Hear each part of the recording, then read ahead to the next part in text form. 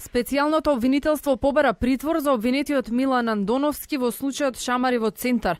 Поради неговото отсуство, овој случај досега е одложен 3 пати, вели обвинителката Фатиме Фетај. Диагнозата ларингитис и препишан лек амоксиклав, поради која е наболедување според СЈО е несериозна и не го спречува Андоновски да се појави во судница, но судот го одби нивниот предлог за притвор како неоснован. Со ништо не се наведува дека обвинетиот не може да се појави во судница. Ние овде нема да копаме физичка работа. Пола од присутните во судницава имаат ларингит, а притворот нема да ги спречи лекувањето и ќе си ги прима амоксиклавите. Можеле да смислат нешто поприемчиво, барем и температура да ставеле во боледувањето.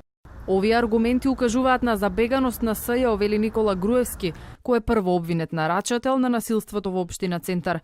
За сега обвинет во 5 случаи на СЈО за дела за кои се предвидени високи затворски казни. Тој не ја исклучува можноста да му се пресуди со затвор во тие случаи, но надежта сепак ја остава во раце на судиите. Ова стана еден вид театар на апсурдот. Ако не се работи по закон, се е можно.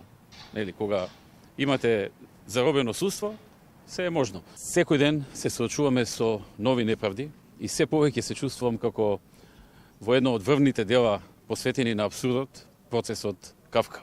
Следното рочиште продолжува на 3 април. Ке сведочи поранешниот градоначалник на општина Центар Андреј Жерновски и вработени во општината.